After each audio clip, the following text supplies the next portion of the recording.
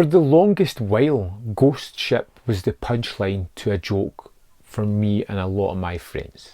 And I don't know why it became that. I remember seeing the movie way back when it first came out on DVD. I think I got it, checked it out, and just forgot all about the movie. Put it to one side, never to be thought of again. Recently revisiting 13 Ghosts, House on Haunted Hill, I thought, you know what, I'm going to go back and check out Ghost Ship to see why it became that punchline. And going back to it, it does have some major problems, but all in all, it was a movie that was better than I expected. But that's probably down to the fact that I was expecting utter rubbish. The basic story is about a cruise liner that disappears in 1962, resurfaces. This salvage company or group of 6 folk are given a deal to go and salvage it. They travel out to the middle of the ocean, they get on board, spooky goings on happens, and that's kind of it.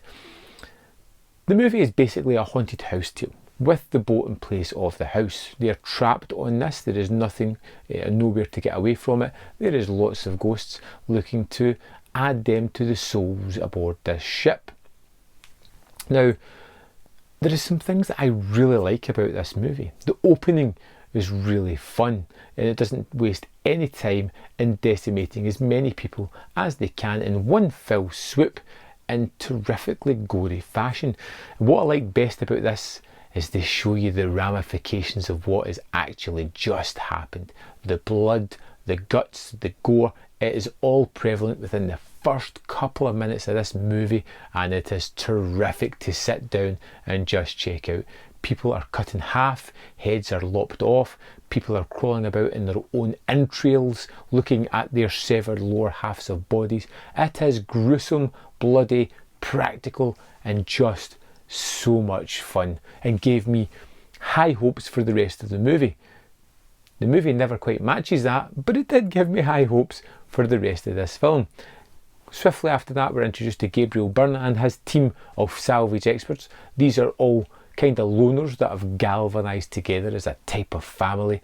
There is one female in amongst it all, because we've got to have our leading lady, our final female victim, played by Julia Margolis, and together they are coerced into going for this cruise liner. When they get there, they go aboard this large ship, discover some clues that lead to nefarious things. There is hints of spooky ghosts going on, and a large depository of gold bullion, which they decide has just made their day. Going to make them richer than they ever expected.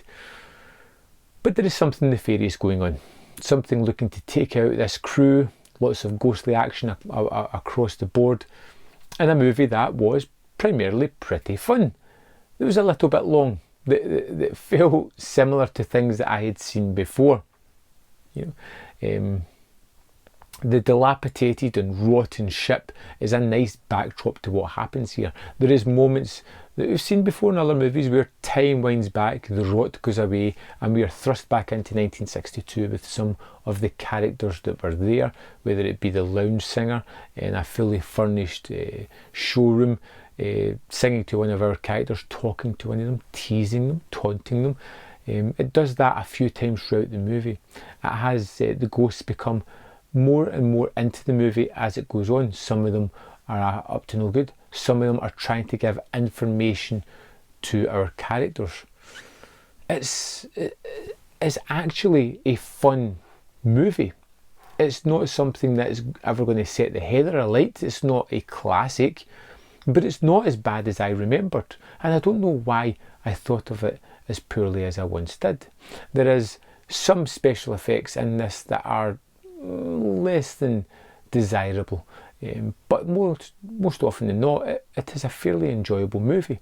Little twist, little sting in the tail that you can kind of see coming fairly early on, but a movie that I'm not quite sure why I have crapped on it all these years. Maybe my tastes are just a little bit different.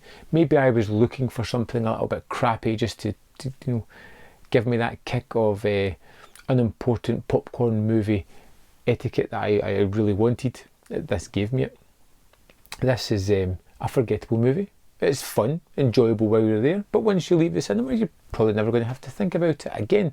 And no doubt within a month or two, I'll start using it as a punchline once again, as shorthand with my friends. Still, I would love to know what you thought of Ghost Ship. Have you seen it recently?